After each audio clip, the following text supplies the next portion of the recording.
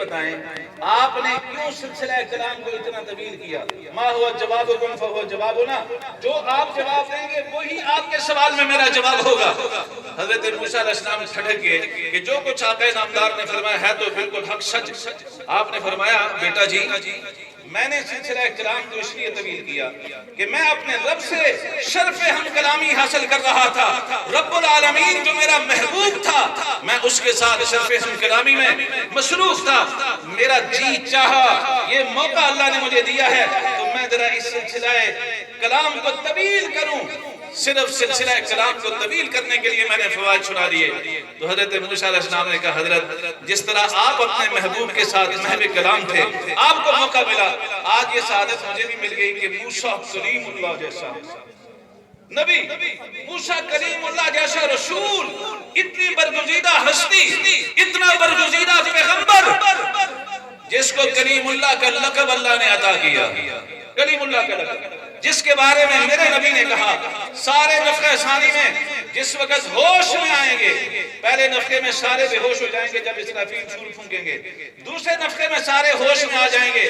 آپ نے فرمایا سب سے پہلے مجھے ہوش دیا جائے گا، لیکن ہوش میں لایا جائے گا، لیکن میں یہ دیکھ کے حیران رہ جاؤں گا کہ مجھ سے بھی پہلے موسیٰ علیہ السلام اللہ کے عرش کے پائے کو پکڑ کے کھڑے ہوں۔ ایسے جلیل القدر، ایسے عظیم الشان نبی۔ تو حضرت امام غزالی کہنے لگے حضرت یہ موقع زندگی میں مجھے بھی پہلی دفعہ ملا تھا، پتہ نہیں پھر یہ موقع ملتا ہے نہیں ملتا، تو میں نے اس موقع سے فائدہ اٹھاتے ہوئے سلسلہ کلام کو طویل کر دیا۔ تو موسیٰ علیہ السلام مسکرائے اور مسکرا کے حضور کی طرف دیکھا اور کہا آپ نے جو فرمایا بالکل سچ سچ۔ اس امت کے علماء کوئی معمولی لوگ نہیں، یہ حاملین قرآن کوئی معمولی لوگ نہیں ہیں۔ علم کو عروج ملا اس زمانے میں، ترقی ملی اس زمانے میں، امام بخاری جیسا محدث، امام مسلم جیسا محدث، اور بخاری شریف کی جو سب سے آخری حدیث، اس کا جو سب سے آخری جو محدث ہے امام حضرت ابو ہریرہ رضی اللہ تعالیٰ عنہ کا شاگرد ابو زرع۔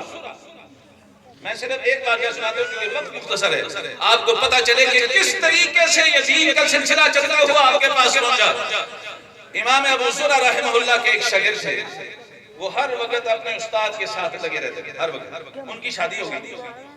اچھا جب آدمی کی شادی ہوتی ہے نا، نئی نئی شادی جب ہوتی ہے تو بیوی کی طبیعت ہوتی ہے کہ خاوند زیادہ وقت میرے ساتھ گزارے، لیکن جس کو اللہ علم کا شوق عطا کر دیتے ہیں، حضور نے فرمایا منہمان لا یشبعان، منومن فی العلم لا یشبع منہ ومنومن فی المال لا یشبع منہ۔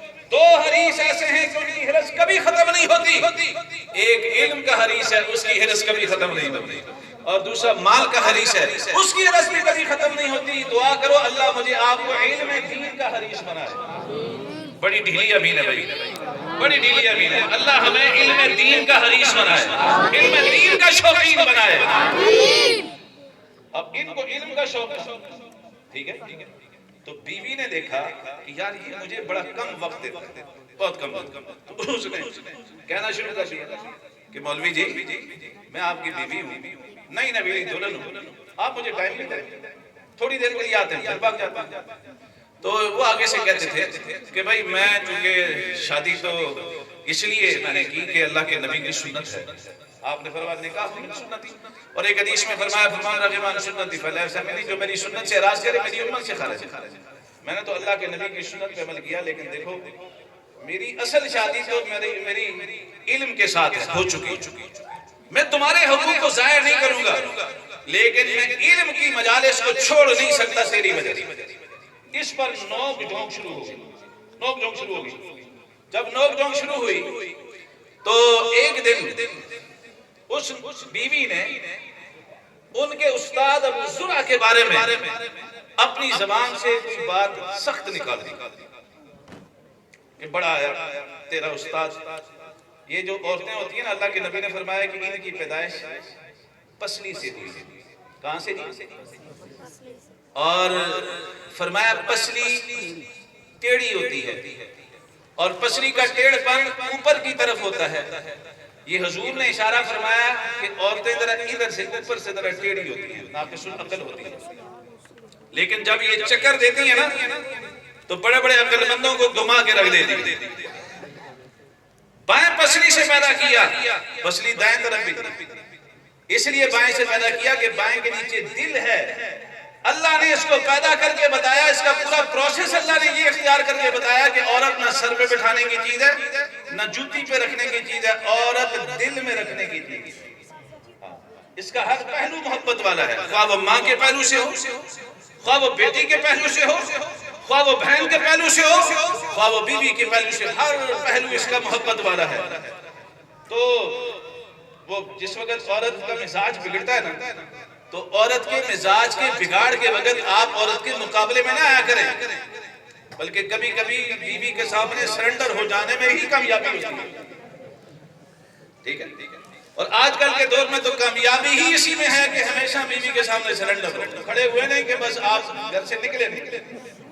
تو عورت اگر کبھی کبھار کوئی سخت بات کہہ دے، کوئی تلخ بات کہہ دے، کبھی کبھار دیکھو نا، عورت کا ناز بھی ہوتا ہے، عورت کا نخرہ بھی ہوتا ہے، اور عورت کی جب شادی ہوتی ہے تو اس کا ناز نخرہ صرف اپنے خامن کے ساتھ ہوتا ہے۔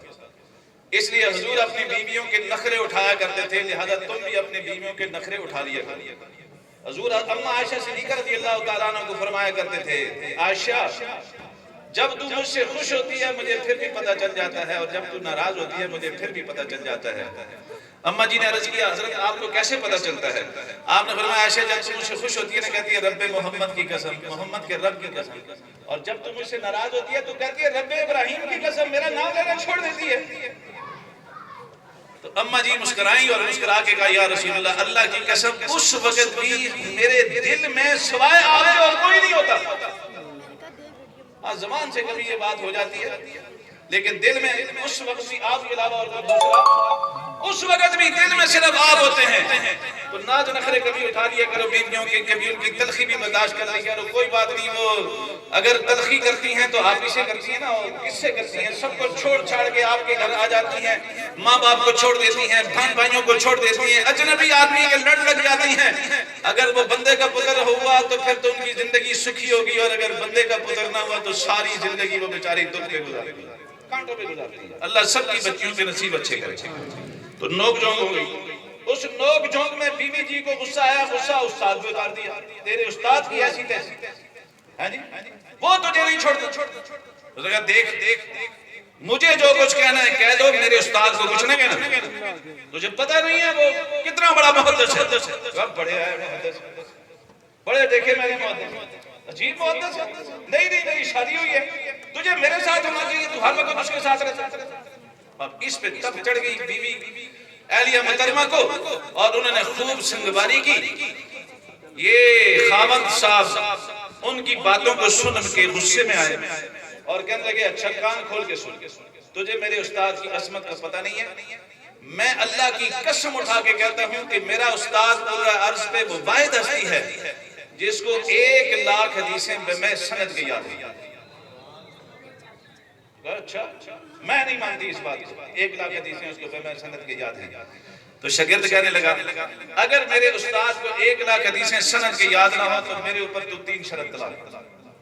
بات ختم ہو گئی۔ اب غصہ جب ٹھنڈا ہوا بڑا پریشان ہو گیا، یار میں قسم تو اٹھا بیٹھا جوش میں آ کے، لیکن مجھے اس کا کنفرم پتہ تو نہیں کہ میرے استاد کو 1,00,000 حدیثیں یاد ہیں۔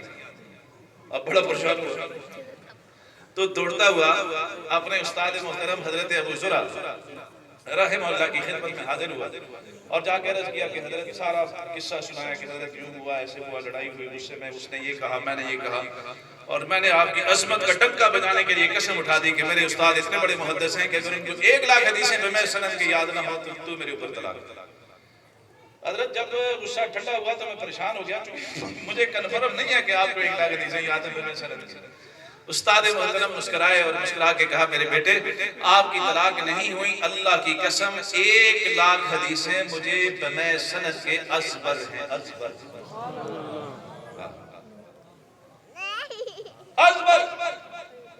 زبانی یاد ہیں۔ ہمیں تو قرآن کی ایک آیت زبانی یاد نہیں، پوری 1,00,000 حدیثیں۔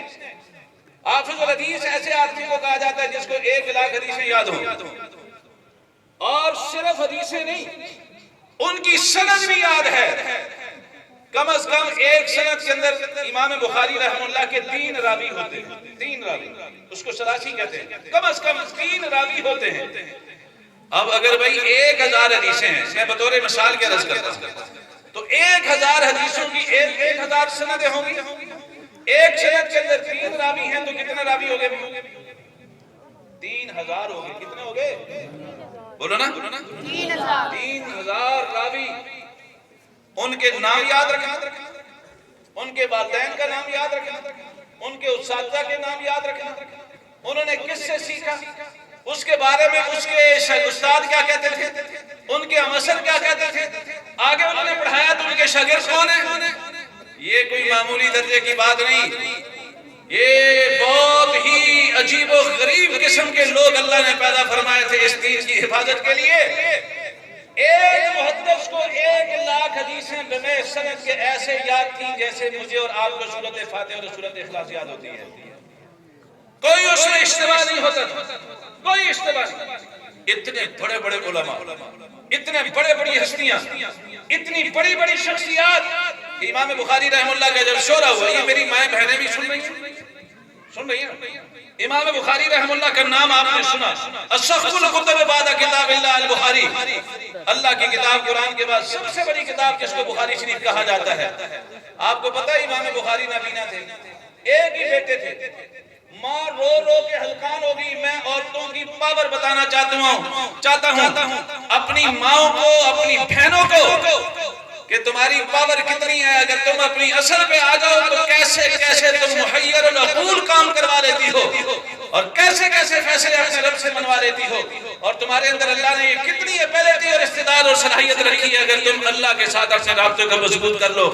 امام بخاری رحمہ اللہ کی والدہ محترمہ، ایک بیٹا، آنکھیں اس کی نہیں ہیں، معذور ہے، بڑی پریشان ہے، ہر وقت مصلی پہ بیٹھی ہیں، رو رہی ہیں، میرے ربا اتنے انسانوں کو تو نے آنکھیں عطا کی، میرے بیٹے کو بھی عطا کر دیتا تو کیا تیرے خزانے میں کمی ہو جاتی، اب بھی تو قادر ہے کہ میرے بیٹے کو آنکھیں عطا کر دے۔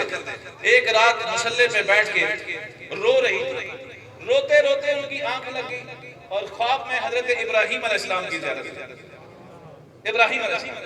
ابراہیم علیہ السلام سامنے کھڑے ہیں، اور امام بخاری رحمہ اللہ ان کے بیٹے امام حضرت ابراہیم علیہ السلام کے سامنے بیٹھے ہیں۔ آپ نے کہا میری بیٹی تو کیوں رو رہی ہے، تیری یہ صدائیں اور آہیں اللہ کے عرش کے ساتھ ٹکرا گئی، وہاں سے قبولیت کا پروانہ مل چکا۔ رب العالمین نے مجھے بھیجا کہ ابراہیم خلیل تم جاؤ اور جا کے اپنا دست رحمت اس کے بیٹے کی آنکھوں پہ پھیرو، میں اس کی بینائی کو واپس کر دوں گا۔ یہ فرماتی ہیں میرے سامنے ابراہیم علیہ السلام نے میرے بیٹے کی آنکھوں پہ ہاتھ پھیرا، اس کی بینائی واپس آ گئی، اور میری خوشی کی وجہ سے آنکھ کھلی۔